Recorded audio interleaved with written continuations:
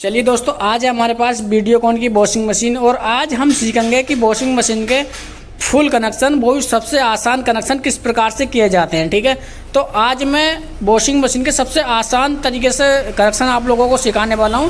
छोटा बच्चा भी अगर इस वीडियो को देखेगा ना पूरी तरीके से, तो मतलब कनेक्शन सीख जाएगा। तो इस प्रकार से आप लोगों को मैं कनेक्शन बताने वाला हूँ। ठीक है, तो देख सकते हैं, सबसे पहले हम बात करें टाइमर की। तो टाइमर इसमें दोस्तों 4 वायर वाला, यानी कि जिस टाइमर में 4 प्रकार के तार होते हैं वो यूज किया हुआ है। और उसमें हमारा एक स्पिन टाइमर देख सकते हैं आप, यहाँ होता ही है। ठीक है, तो यहाँ सबसे पहले ये तार जो काट रखा है मैंने, इसको ध्यान देखिए, ये वर्ज का तार होता है। यहाँ पर एक डिबिया लगी हुई होती है, अगर वो डिबिया नहीं है तो वर्ज का तार हमारा खाली रखा जाता है। ठीक है, उसके बाद हमारे इस टाइमर का देखिए 3 तार हैं, जिसमें कि एक काला है, जिसमें कि यहाँ से एक काला है और एक पीला है और एक लाल है। ठीक है, तो काले को तो मैंने यहाँ पर थोड़ा टैप लगा के बदल दिया है, इसको मैंने ग्रे कर दिया है।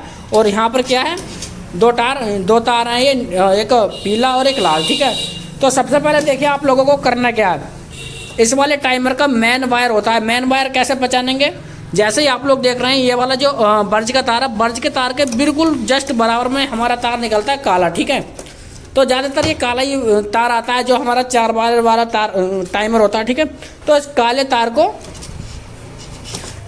तार को यानी आप लोगों को पकड़ना है। ठीक है, एक साइड को इस प्रकार से कर देना है। ठीक है, उसके बाद देखिए इस टाइमर का ग्रे तार यहाँ दिख रहा है, यानी कि अब बचा हमारा स्पिन टाइमर। स्पिन टाइमर में 2 प्रकार के तार होते हैं, यानी 2 तार होते हैं। तो दोनों तारों में से कोई सा भी एक वायर आप लोगों को लेना है और उसको भी हटा देना है इस प्रकार से। और इन दोनों तारों को एक जगह आप लोग मिलाएंगे। ठीक है, क्या करेंगे, इन दोनों तारों को एक जगह मिलाएंगे। ये हो गए हमारी जो मेन सप्लाई होती है फेस, यानी फेस वायर बोलते हैं हम, जिसको बोलते हैं गर्म। तो वो वायर हमारा ये होता है, उसको डायरेक्टली हम सब तारों को एक साइड को बचा देंगे। और ये 2 जो तार हैं हमारे, इन 2 तारों को क्या काम करेंगे, जो हमारी मेन लीड होती है, देख सकते हैं ये हमारी मेन लीड है, ये वाली। ठीक है, ये हमारी मेन लीड है, इन दोनों में से एक तार पर लगा देंगे। ठीक है,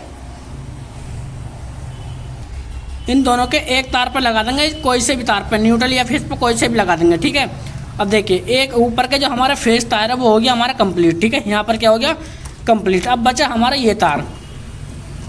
अब आप लोगों को करना क्या है, अब नीचे मोटर के 3 वायर होते हैं। देखिए 3 स्पिन मोटर के हैं और 3 हमारे बास मोटर के हैं। ठीक है, अब आप लोगों को यहाँ निकालने हैं मेन तार। देखिए जो मोटर के मेन वायर होते हैं उसमें मैंने पहले से गांठ लगा रखी है इस प्रकार से। देखिए अगर मेन वायर, एक मोटर का मेन वायर होता है ना, उसकी इस प्रकार से इसमें गांठ लगा दिए।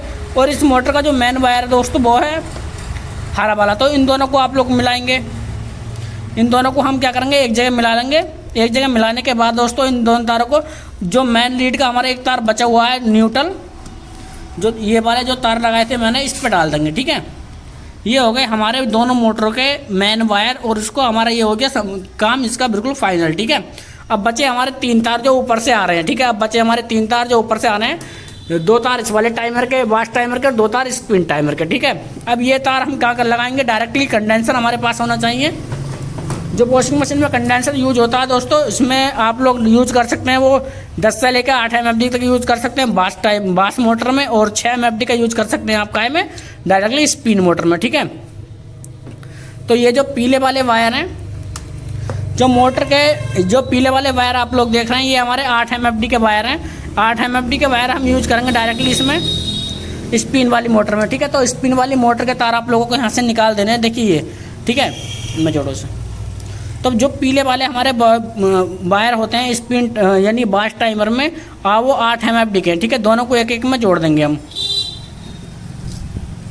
देखिए इसको यहाँ पर जोड़ देते हैं। ठीक है, अब देखिए स्पिन जो हमारी बास मोटर है वो जोड़ देंगे। अब ये बास यानी कि ये वाले टाइमर के हमारे 2 तार ये बचे हुए हैं। ठीक है, ये तार हमारा का है स्पिन का, जिसमें एक है, और ये 2 तार हमारे इसके बचे हुए हैं। तो जिस तारों में हमने जोड़े थे, अभी जो जोड़ा है, जो बास मोटर है, इनमें इन तारों को जोड़ देंगे। ठीक, जो कंडेंसर के तार होते हैं, कंडेंसर के तारों में आप लोगों को ये दोनों तार जोड़ देने हैं। देखिए लाल में लाल जोड़ देना और पीले में पीला जोड़ देना, कोई दिक्कत नहीं है। ठीक है, आपस में इधर से इधर भी कर सकते हैं, उसमें भी कोई प्रॉब्लम नहीं है। अब बचे हमारे स्पिन के तार, स्पिन के तार 2 कंडेंसर के तार बचे हमारे, देख सकते हैं। तो इन दोनों को डायरेक्टली जोड़ देंगे। स्पिन जो मोटर होती है, एक तार स्पिन मोटर का हमने मैन में जोड़ दिया है, मैन लीड में। ठीक है, और ये 2 तार हमने दोनों के कंडेंसर में जोड़ दिया। ठीक है, अब दोस्तों बचा हमारा एक तार स्पिन टाइमर का, ठीक है, जो कि हमारा ये वाला देखिए बचा हुआ ये तार है हमारा। इसको हम लाल वायर, जो आप लोग देख रहे हैं स्पिन मोटर में से एक लाल वायर आता है, एक आता है नीला, एक आता है लाल और एक आता है सफ़ेद, ठीक है। तो हम लाल वाले वायर में इसको क्या करेंगे, यहाँ पर जोड़ देंगे। और दोस्तों हमारी जो वायरिंग है वो कंप्लीट लगभग हो ही चुकी है। देखिए इस प्रकार से फिर मैं आप लोगों को एक बार समझा देता हूँ अच्छी तरीके से, जो अच्छी तरीके से समझ में आ जाए, ठीक है। 3 वायर हमारे आते हैं वॉश टाइमर के, जिसमें कि एक तार ये वाला लिया और एक तार मतलब एक तार मैन इसका ले लिया और एक तार इसका मैन ले लिया। दोनों तार मैन हुए और मैन वायर हमने एक मैन लीड पर डाल दिया, जो कि हमारी ये वाली मैन लीड होती है बाहर की, जिससे हम फेंच देते हैं, ठीक है। इसका तार हो गया, काम हो गया ख़त्म।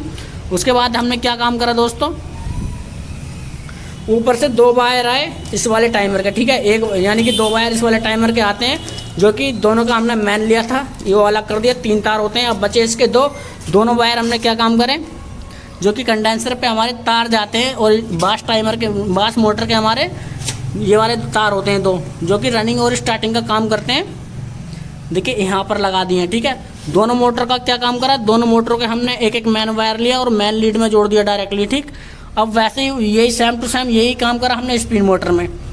डायरेक्टली दोनों के जो तार बचे हुए थे मैन वायर से अलग 2 तार बचे हुए थे रनिंग और स्टार्टिंग, उन दोनों को हमने कंडेंसर में जोड़ दिया। और स्पिन जो टाइमर है उसका एक तार बचा हुआ था, वो डायरेक्टली वो भी कंडेंसर में जोड़ दिया। और हमारी जो दोस्तों वायरिंग है वो डायरेक्टली कंप्लीट हो चुकी है। इसी प्रकार से आप डायरेक्टली कंप्लीट वायरिंग कर सकते हैं, ठीक है।